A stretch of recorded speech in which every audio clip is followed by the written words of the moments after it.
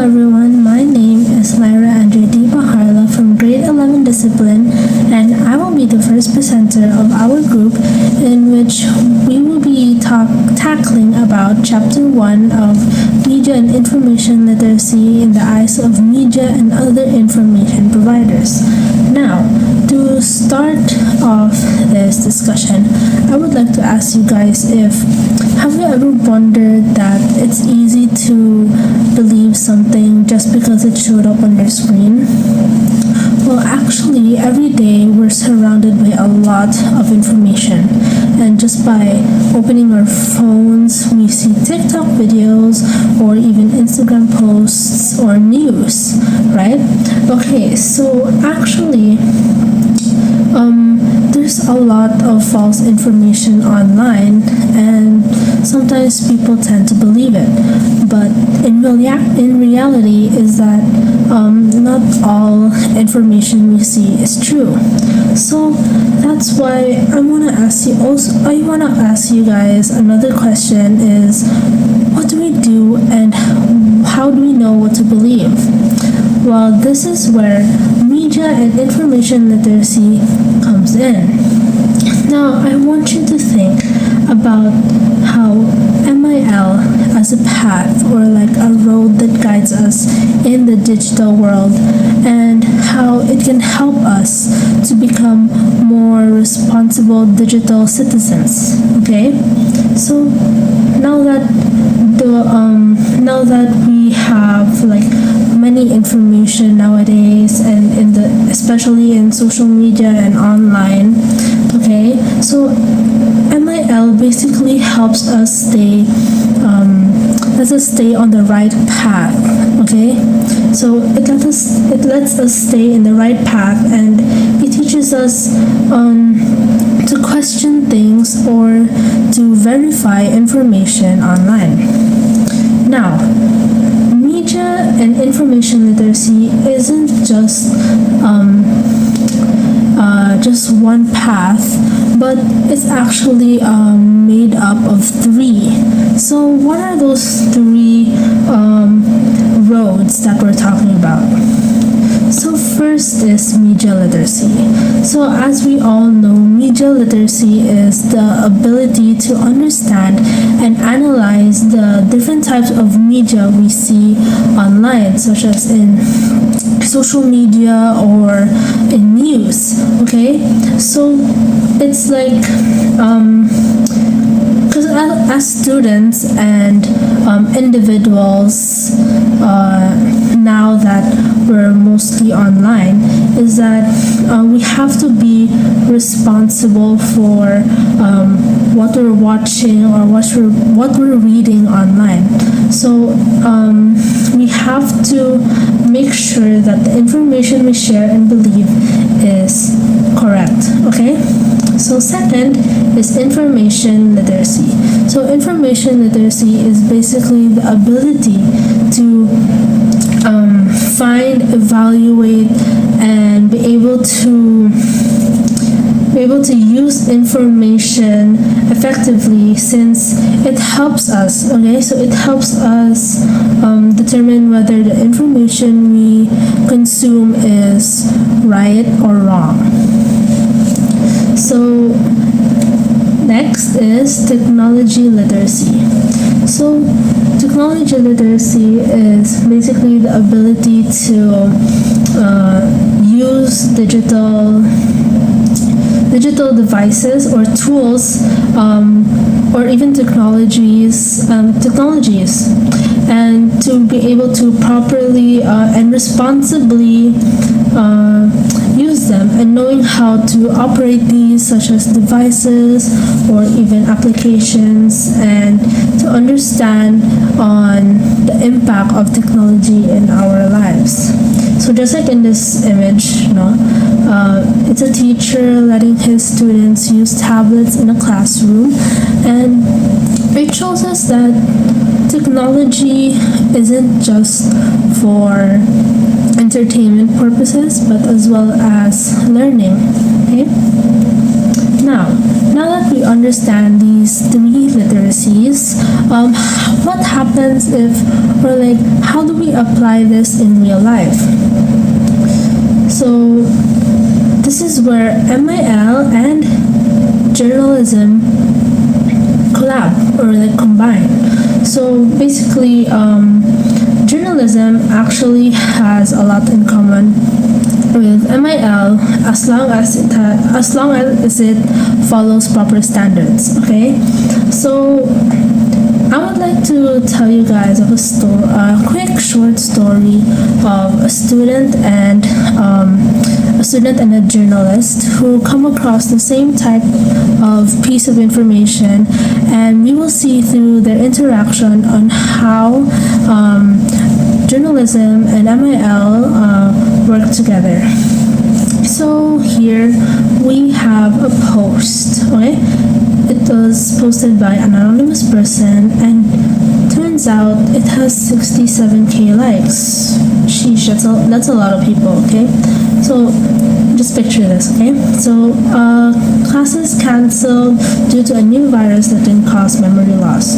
So the story begins with a student named Bambi. So Bambi came across this post in social media, and so when he saw it, at first he was like, oh my god, there's no class.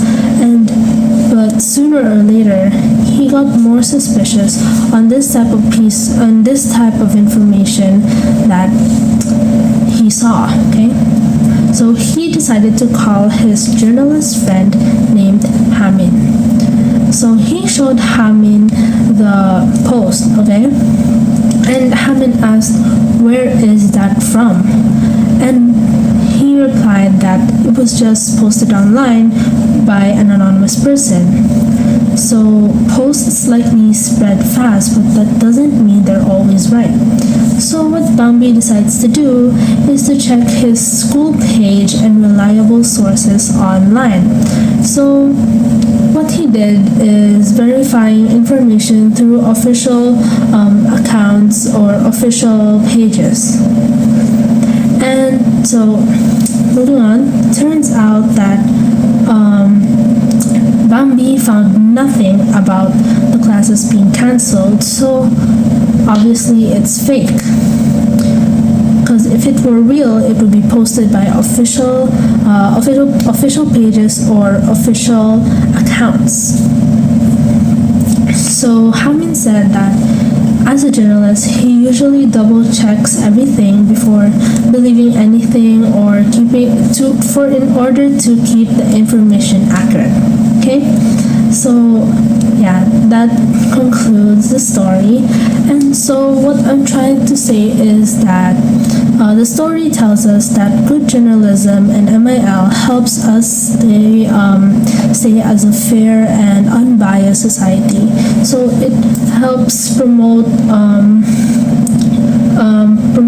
people to become more aware and to avoid spreading false information online. So it basically tells us to be able to take part in discussions responsibly and be able to promote the truth and be able to make wise decisions. Now that we're done with MIL and journalism, how about MIL and human rights? Okay, so turns out that MIL, which is Media and Information Literacy, is based on human rights. So MIL is actually grounded in human rights. So this means that it's not just about understanding media or using technology, but it's also about respecting other people's rights and when we create and share information online. So it supports freedom of expression and access to information according to the Article 19 of Universal Declaration of Human Rights. So first is freedom of expression. So freedom of expression, people can share ideas and opinions without fear. So basically, it's like obviously freedom of expression. You can say anything you want. You can say anything, but with respect with other people, but we have to question with MIL and human rights, since it's about freedom of expression. It's basically asking is it true or is it respectful to say this online, or basically it's like freedom of expression but with responsibility. Okay, so next is access to information. People can find, receive, and share information.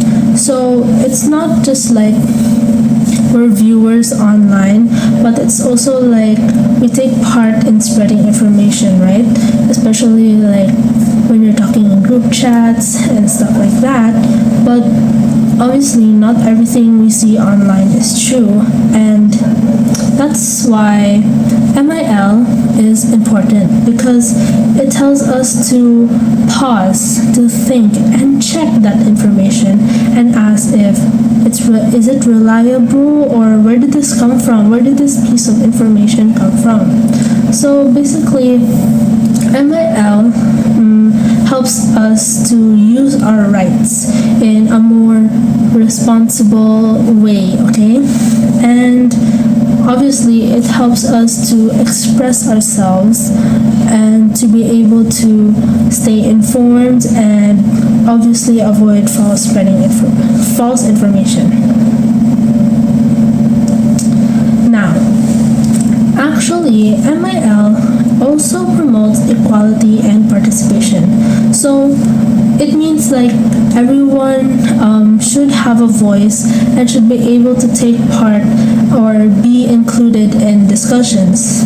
Just like this, people are gathering at a table and they're raising their hands to basically share their ideas or their insights. So next is it helps people take part in decision making. So obviously when people are informed, they can make better choices, okay? They can be able to make good decisions and to be able to of course also help other people, whether it's in school or in their community or in their or maybe in the future actually. And lastly, it supports responsible choices for the future. So responsible choices is like just because we understand information better, we can avoid by being misled by false information that we see online, and obviously to make for us to be able to make good decisions. So now I'm gonna show you a diagram which is the types of literacies in media and information literacy. So I'm not actually gonna tackle about each and every single type of literacy, but rather we're focusing on the diagram itself, the structure of the diagram, okay? So as you can see, it's like a circular flow, right? And it has all the types of different literacies. So basically, we notice that literacy is found on the top, right? And it goes in a circular flow. And actually, it shows that there is no strict beginning or end, meaning that these types of literacies are interconnected. Okay? So, actually, it shows that it means that they support and influence each other. Because let's say that every day you actually do most of these literacies at the same time. It's like a continuous cycle, and we're constantly using these literacies every day, right? Just like now, computer literacy, or for example, computer literacy. Just like earlier, I am able to use technology on doing my online tasks, and at the same time, I was doing media literacy, in which I was understanding the types of media that I came across while on my phone. And so basically, it's like the diagram represents that being literate today is not just like one ability, but it's a combination of many skills that are working together to make us more skilled and be able to have these abilities every day. And so, now that I think of it, actually, nowadays we have a lot of online stuff, right? So when I say stuff, I mean like online transactions or online applications or online shipping, online shopping, stuff like that. So new media literacy in the digital age. Now, honestly, media is everywhere, and like we're always scrolling on our phones, or even anywhere or everywhere. So, rise of digital media and prosumers. So, yeah, just like I said earlier, media is everywhere because of the internet and social media. And as you can see, there are a lot of platforms nowadays. So because of this, people are now prosumers, meaning they produce and consume content online.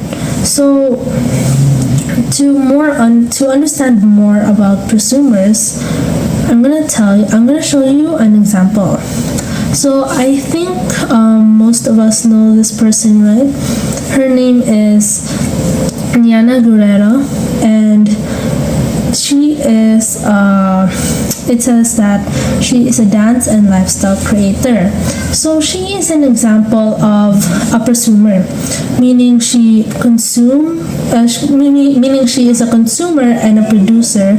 And when we watch her videos, we're actually consumers. But when she creates and uploads content online, she is a producer.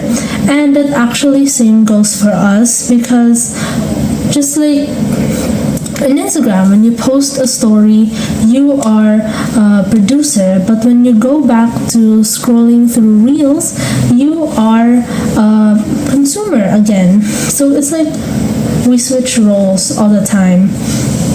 And the thing is that since anyone can post anything nowadays, we have to know that not everything online is true. And so as prosumers, we have to think about what we create and what we post or what we share online. So next is importance of netiquette, privacy protection, and critical thinking. So netiquette, so it's basically our behavior online. So we have to be kind and respectful and to avoid fake news online. And it's like we have to think about, for example, we have to think about before commenting or avoiding fake news online. It's all part of good netiquette. So, privacy protection. Oh, this is actually very important, because privacy protection, it's the most it's really super important nowadays, since there are hackers out there actually, and especially today almost everything is online, right? Just like I said earlier, online transactions, online shipping, online shopping. Yeah, with these you have to put your personal information, right? So we have to be careful with what we share online, especially our passwords, because you have to protect your personal information in order to not let others have access to your personal and important accounts, right? So that's why, just like this meme, she's trying to protect her password. So we have to be like this, guys, because we have to protect our passwords, we have to protect our personal information, since hacking is mostly happens a lot nowadays. And so, critical thinking, to check if information is true before sharing. So this is also very important, okay? So it's not like, it's about like not believing everything right away, or believing anything and then without even checking it. So we have to think before we like, share, or even repost. Okay, so it's like we have to check reliable sources to be able to verify the types of information that we come across online. So very important, critical thinking. So actually all three of these are very important. Okay, so now is need to interact wisely with artificial intelligence. So AI is a part of daily life nowadays, right? There's OpenAI, there's Google, there's Gemini, there's ChatGPT, and actually so many other more applications that include AI. And so AI can create answers and images and videos. So just like in our home during I think some of us use AI for our homework or for academic purposes, right? And so AI information is not always right, okay? So we have to be more responsible and to check the information that AI gives us, because it says that we don't trust it blindly. So we don't have to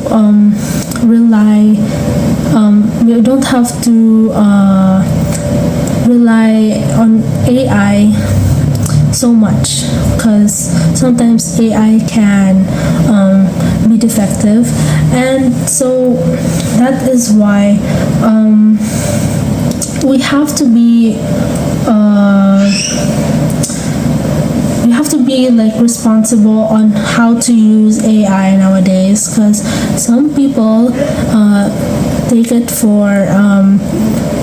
use it for bad purposes, especially to just pass their homework for the sake of passing. Stuff like that. And people tend to use it just for answers and not actually learning about the lesson. And so that is why we have to wisely interact with artificial intelligence. Okay, so actually this image is AI generated. So see, AI can create images and can actually do similar things that humans can do. And so I want you to look at this picture. So it's like every day we are surrounded by tons of information, right? And there's a lot of posts online, digital content, or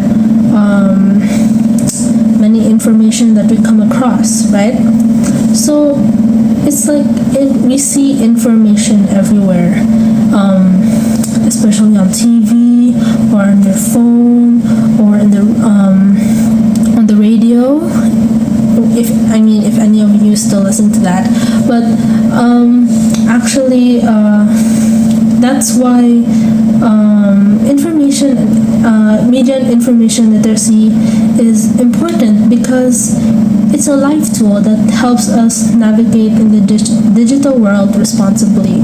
So we have to be responsible of what we believe in the online or digital world. Okay, so it helps us question whether is this information right, or is it true, or is it false, or where's the source. Check the sources of the information that we come across, or as well as to take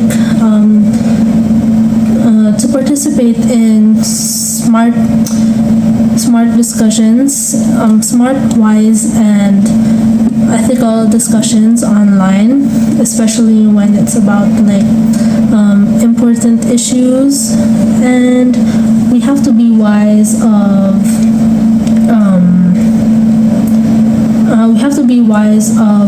our of how we use or apply media and information literacy.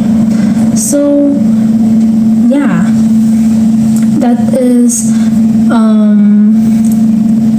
actually why MIL is really important. And so to move our discussion forward, I'm gonna call on Mara to further discuss the topic. Hello, good day everyone. So before I officially start, I just want to ask something, no? So are you guys informed that starting next school year, 2026 to 2027, we will be having a full-blown online classes for the whole school year? So are you guys informed? Well, some of you are probably thinking, is this true? Is the information true? Where's the memo? But what if I tell you that there's no memo and there's no official announcement? But what if I will make a fake memo about it, adding my subject as the implementation of full online classes for USDP Senior High School, adding more and more information about it, adding names to make it look verified, and lastly, adding a USDP logo to make it look real. Now there you have it, a fake memo. Now, she's not yet contented. She wants to gain attention. She wants to mislead people. She will even post it on social media, adding captions to catch people, and then post it publicly. Now remember guys that the information is false. She just made this fake memo and her intention is to mislead people. Now that's disinformation. Now remember that this is just one out of thousands of misleading informations we see online. Let us not let misleading information fool us. That is why media information literacy is very, very important. So, what is media information literacy? Media information literacy is the ability to access information, understand it, evaluate if it is true or false, and lastly, create information. Now, here's the reality. We are not just audiences anymore. We are all content creators. Every time we post, comment, or share, we are spreading information. So the question is, are you spreading truth or are you spreading confusion? So that is why journalists have a huge responsibilities in the age of media information literacy. They don't just report, they verify. Now remember that these responsibilities isn't just for journalists, but it is for all of us, okay? So, here are the responsibilities of journalists in the age of media information literacy. First, check facts carefully. So to check facts carefully, they interview people involved. So they don't just rely on the information that was given, no. So they travel, even if it takes them hours, even if it takes miles and miles away. They interview people involved to ask questions and to check facts carefully. They also compare information with trusted news sources. So, example, this one. This is posted by GMA Integrated News and Inquirer.net. So let's start with GMA Integrated News. So the headline says, VP Sara Duterte no ill will versus Marcos admin. Focus is on education. It says here, Vice President and Education Secretary Sara Duterte on Tuesday said she bears no ill will against the administration of President Bongbong Marcos. Duterte said in press briefing, wala po akong personal na sama ng loob sa kahit sino sa administrasyon. Well, the Inquirer.net says that the heading says, VP Sara Duterte, no ill will versus Marcos admin. Focus is on education. And it says here, Vice President and Education Secretary Sara Duterte on Tuesday said she has no ill will against the administration of President Bongbong Marcos. Duterte said during a press briefing, wala po akong personal sama ng loob sa kahit sino sa administrasyon. So, the information that has been posted by the different trusted news sources has the same content of information. So we can now then conclude that the information is true. So the next responsibility is to confirm sources. So to confirm sources, we can ask for names and background. So again, we interview people. Not just rely on one information, but let us ask for names and backgrounds of those people involved. Next, avoiding anonymous or suspicious sources. So for example, this one. This was posted by this user scoop. It says here, breaking news. Sa May 25, 2026 daw magkakaroon ng nationwide brownout sa buong Pilipinas dahil sa utos ng gobyerno. Para daw ito sa isang test run ng news system. Spread the word. So this is posted by this user scoop, no? So as you can see, that the one posted this information is suspicious also. So if you're asking, what if the information is true? That magkakaroon ng nationwide brownout sa buong Pilipinas. It's just posted by this user. So if the user is suspicious, then the information is automatically false. Well, that is why this will not end here. We can also confirm sources or fact-checking. So another responsibility of journalists in the age of media information literacy is to fact-check. So we can fact-check information by doing reverse image search. So I know this is familiar to some of you know. So let me just give you an example. So for example, this one. This is from senior high school department. It says here, announcement, additional 1 year to senior high school, grade 13. For school year 2025 to 2026. So what do you guys think? Is this information true? Or the information is false? What tool can we use to fact check this information? What do you guys think? Correct, we can do reverse image search. So let's fact check this information together.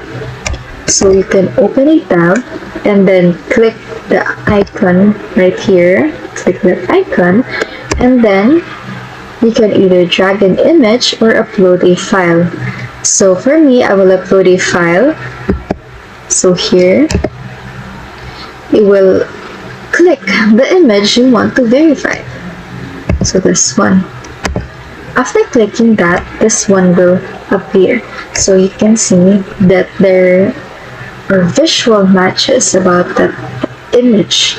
So also, Google has a feature called an AI overview. This feature summarizes all the information that has been posted online. So it says here, the message is about a supposed grade 13 being added to senior high school. This is a scam and misinformation. The Department of Education, or DepEd, has confirmed this announcement is fake. So if you're not yet contented with this AI overview, you can also scroll and find information from different sources. No, for example, this one. This is from the Emperor.net. It also says fake news alert. A Facebook post claiming that there will be additional grade 13 in senior high school for school year 2025 to 2026 is false, that it says. So we can all conclude that this information is fake. So now the responsibilities of journalists in the age of media information literacy is to identify fake or misleading information. So to identify misleading information, we can verify if the sources is credible, checking if headlines match the content, and checking if the story appears in trusted media. You can also do fact-checking on this one. So for example, this one, checking if headlines match the content. So for example, this one, the headline says, "You will believe what happens if you do yoga." And then the content talks about vegetables are often the least exciting part of a meal for many people, yet they're among the most important. So the headline talks about yoga, and then the content talks about vegetables. So does the headline match the content? Exactly, it doesn't match the content. So next time you see a post, remember this. Ask yourself these questions. Who created this information? Is it reliable? Is the information posted reliable or not? Is there proof behind the information posted? And lastly, is it a fact or opinion? So, in the age of digital world, let us not let media or misleading information fool us. That is why media information literacy isn't just a subject, but it is a skill that helps us become responsible users, critical thinkers, and informed citizens. Again, guys, those responsibilities isn't just for journalists. It is for all of us.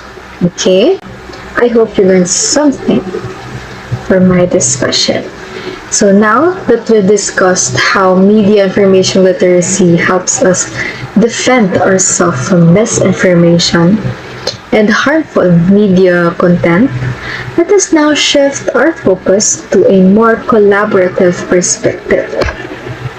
Media is not only for something we protect ourselves from, it can also serve as a vulnerable partner in promoting media information literacy. So to further explain this idea, let us hear from our next reporter, Phoebe.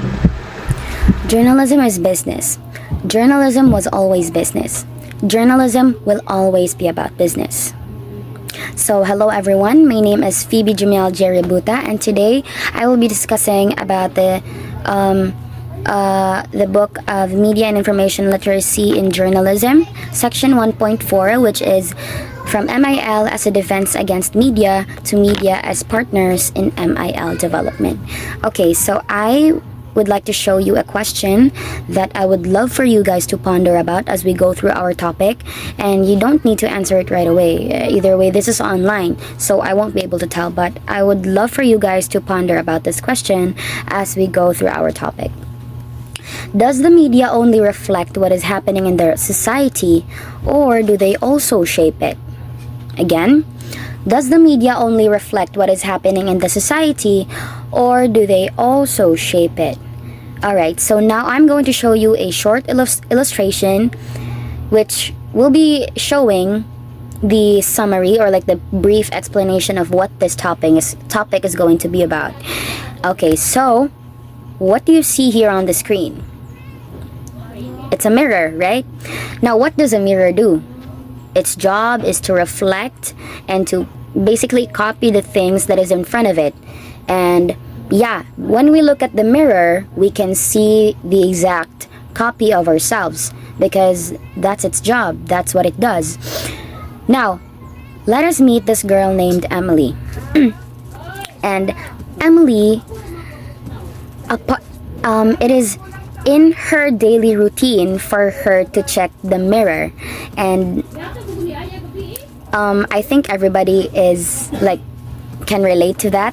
Yeah, we always have that routine where we just look at the mirror and check ourselves because yeah.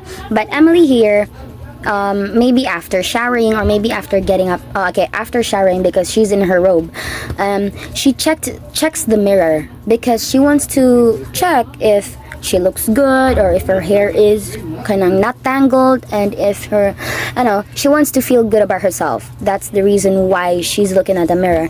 And as we can see from the expression that she has, she's smiling. So it means that Emily is happy with what she is seeing.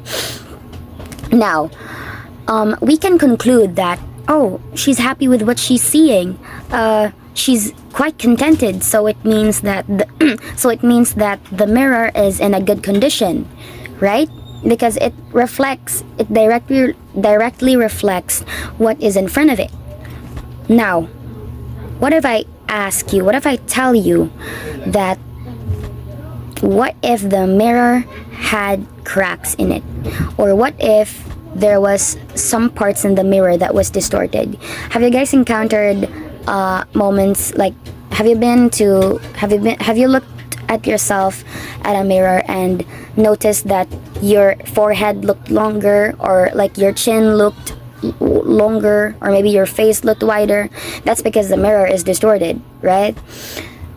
Now, what would be the image produced? Would it still be able to produce the exact same image that it's supposed to reflect? Of course not, right? So now, the image that it's going to produce is going to be distorted. It's not going to be the same exact thing that we see in our reality. So this actually happens in media, right? Because most of the time, if not kanang all the time, we see so many informations in different media platforms that claims this and that and this and that, and we might actually not know if the information is true or not just because it happened in the reality.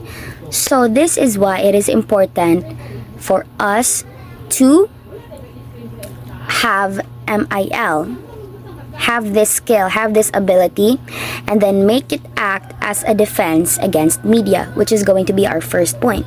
So yeah, so we all know that MIL stands for Media and Information Literacy, and it is the ability or the skill that a person acquires if like they know how to think critically, they know how to navigate technology, and they know how to understand content without bias. So that's basically the gist of MIL. Now, you might wonder why or how can we use it as defense against media, but I'm going to talk about that like after a while. First, I'm going to show you some of the things that MIL can protect us from, which is all over the media. Number 1 is online manipulation. Number 2 is exposing fake news. Number 3 is avoiding bias. So these are only some of the things that MIL protects us from.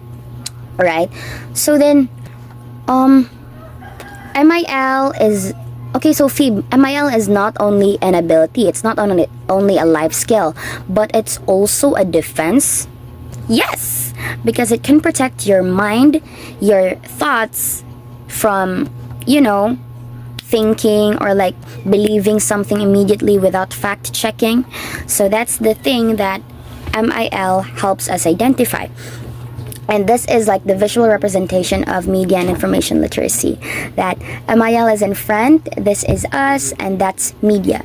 So as we can see from this representation here, that MIL acts as our protector, and it acts as like the barrier or maybe the filter of the media before it goes to us, before it goes through us, Okay, so Phoebe, okay, I get it, right. But then why do we actually need to use MIL as defense from media? Because the thing is, the media actually has a paradox. And I bet all of you guys know about this now. That yes, media can give out useful informations that we might need every day. We students actually testify to that. I know everyone, or maybe, no, not everyone, most of us scroll through media platforms to look for the information that we want to look for, or if we want to check if this is real or if this is not. So we're actually looking for useful informations in media, and yes, they do actually provide that, but that's not the only thing that it does. It also manipulates our thoughts and emotions. And if you're not careful enough, the information that you intake every day might actually shape how you think in the future. So that is why it is important for us to identify which is real and which is false, which is true and which is like bluff, in order for us to protect our minds from fake news, from like manipulation online, right? Okay, Phoebe, right. So MIL is used as a defense from media. Is that the only thing, or like is there some other things that we need to go look at? Well, yes, because you might ask na, what really is the purpose and the need for MIL? Pwede daw naman ta makabuhat inani, like, I mean, everybody can believe what they want. They all have opinions. So why do we need MIL, and what really is the purpose of it?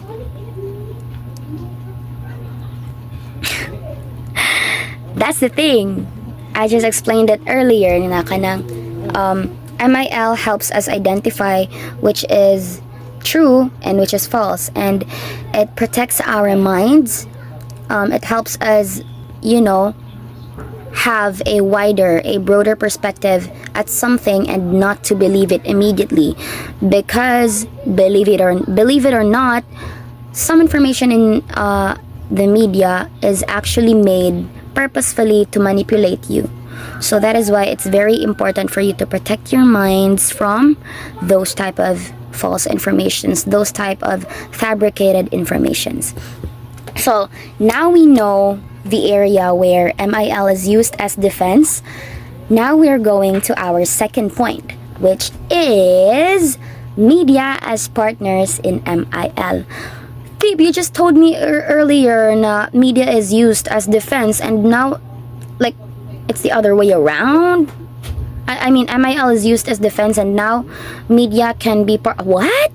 Okay, so I'm gonna explain it further, okay? Because instead of people growing skepticism, mistrust, and doubt, we want people to be active participants, co-creators of content, and partners of journalists.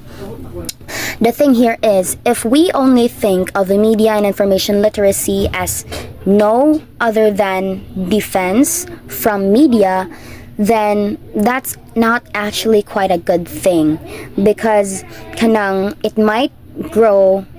you might grow skepticism or doubt or mistrust from media, which is not applicable all the time, because there are actually, as explained earlier, there are actually so many useful informations that you can find in the media, and you just have to look for it. You just have to fact check it if it really is true.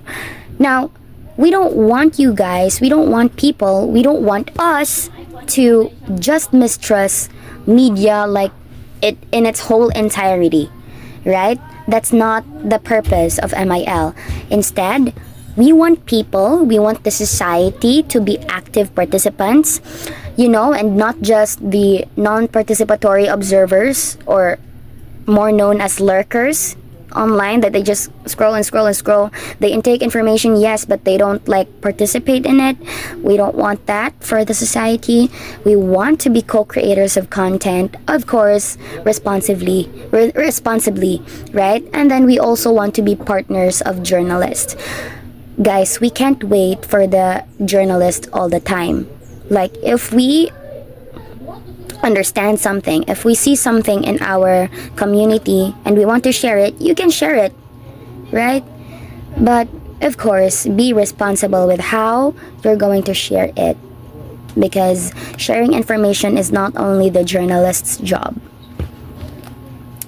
Now, media organizations as supporters for citizen participation.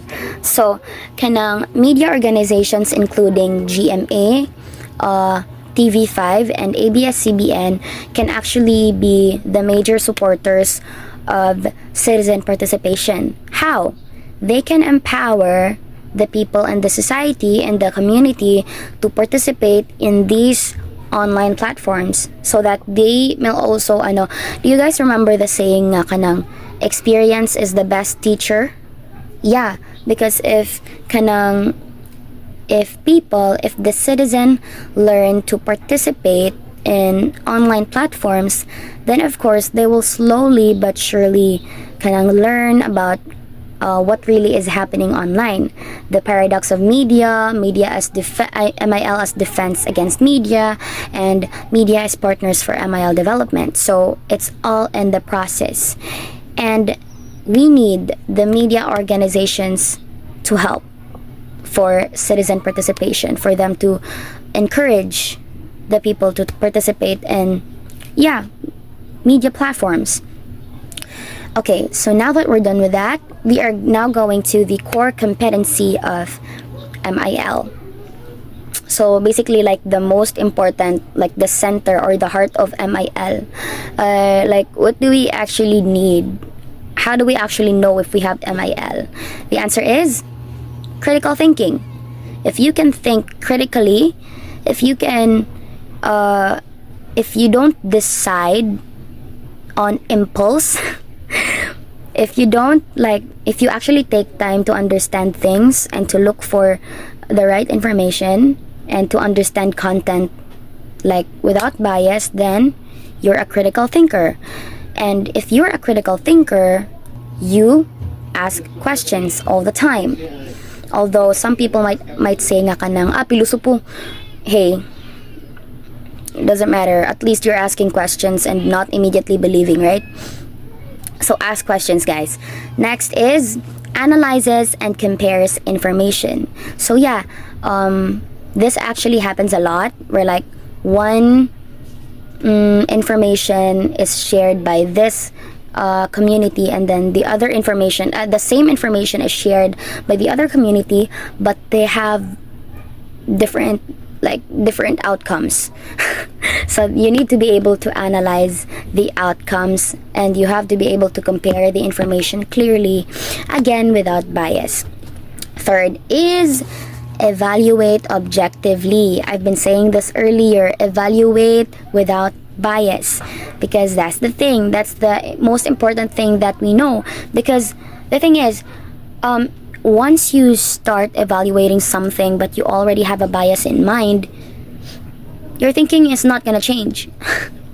You're not gonna get more knowledge if you're already so focused on this specific thing, and you're not even letting new informations get or penetrate inside of your mind. Yeah, so that's that. Evaluate objectively. Fourth is form valid conclusions, of course. So this is where citizens can be active participants, right? So that they can form valid conclusions and everything. And yeah, so this is like basically the main goal of media and information literacy. It's that citizens should be active participants and not passive consumers. Yes. All right. So yeah, we want people to we want people to actively participate in online platforms, and not just passively scrolling through things and letting things penetrate in their minds without evaluating it objectively, without asking questions, and without forming valid conclusions. So that's that. Okay, so if we actually do these things, what will be the outcome? Now, citizens are going to be able to access information correctly, use information effectively, create responsible content, and experience lifelong learning. So, guys, media and information literacy is not only taught here in school for it to stay in school, for it to be just a skill that you learned in school. It is actually something that you will be bringing with the rest of your life. And that's true. Now, citizens as media partners. We want people to not distrust media. So MIL is not just about distrusting media, but it is also about participating responsibly.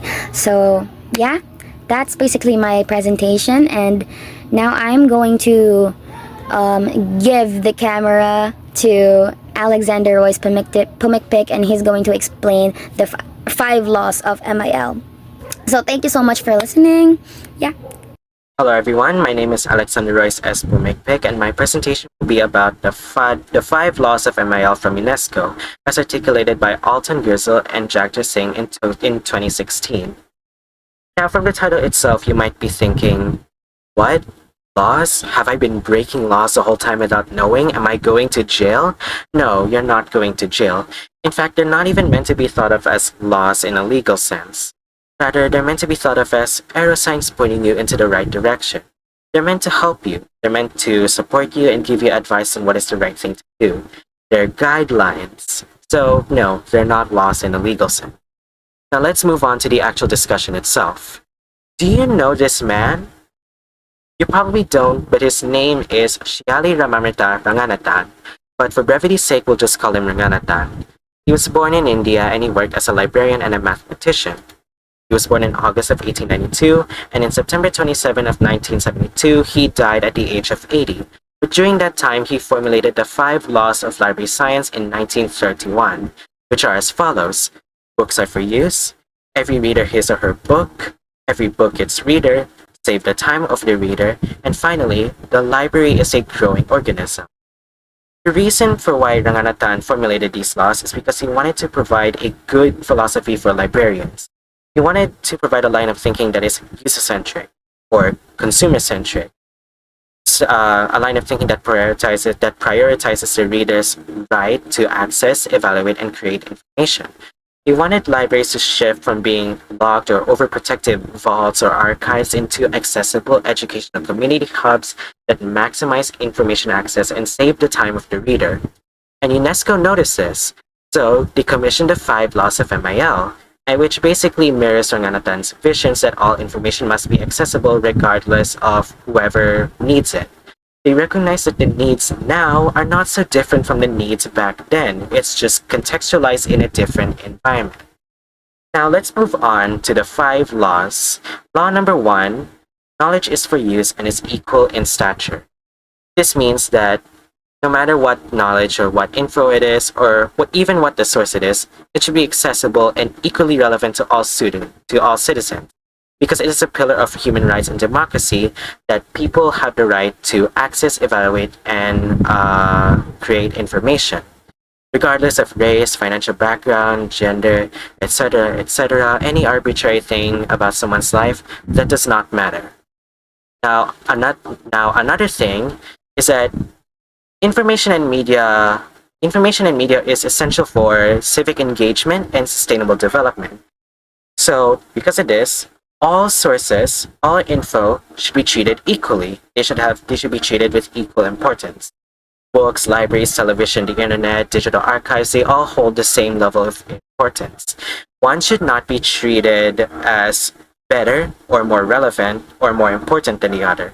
The primary purpose of these media and information formats is to help citizens engage directly with everyone around them so that they can drive sustainable development in a way that's civil and constructive. Now let's move on to law number 2. Every man is a creator of knowledge. This means that every citizen, along with being a media consumer, the capacity to share and to create and share info themselves. So people are both consumers and producers of media, and their right to express and share knowledge should be exercised, and it should be respected, and it should be empowered. Whether it be like for books or for blog posts or social media posts, their rights, both as creators and consumers, should be protected regardless of those. This law declares this right and how it should be respected. Now let's move on to law number 3. Information is not always neutral. What this means is that whether you like it or not, whatever info you see everywhere, online or even in real life, it is very rare for it to be completely neutral. Why? Because no matter what kind of information you share, no matter how objective you think it is, when you share it, you're not actually sharing objective information, regardless of how you think it's objective. You're actually sharing your own interpretation of that information, which is much less objective than you think it is. So, with this thinking, info online is evaluated and interpreted by someone else's worldview, so not completely objective. So because of this, we need to be careful with the info that we consume everywhere. We need to be able to recognize if info is biased, and we need to understand why and how it is biased. And not just that, when we make info ourselves, we have to make sure that our biases regarding this info are made transparent and made clear. We have to be honest on how we interpreted this information. Let's move on to law number 4. Everyone has the right to know. By know, I mean everyone has the right to access, understand, evaluate, and communicate and share information. As people, we desire to learn and to connect with other people, even if we do not typically express it. We all deserve to have that right to know, and we deserve to be able to communicate info to other people because we know that others deserve to know. This is an essential human right, and it must be accepted. It should be respected, and it should not be compromised. Journalists know this, and their job is to effectively communicate info to the people, and they have to do this, and this right for people to know should not be compromised, because they know that other people want to know. Now let's move on to the last law, which is MIL is a lifelong learning and evolving process. Because of our ever-expanding and evolving technology, we should accept that not everything is going to be the same forever.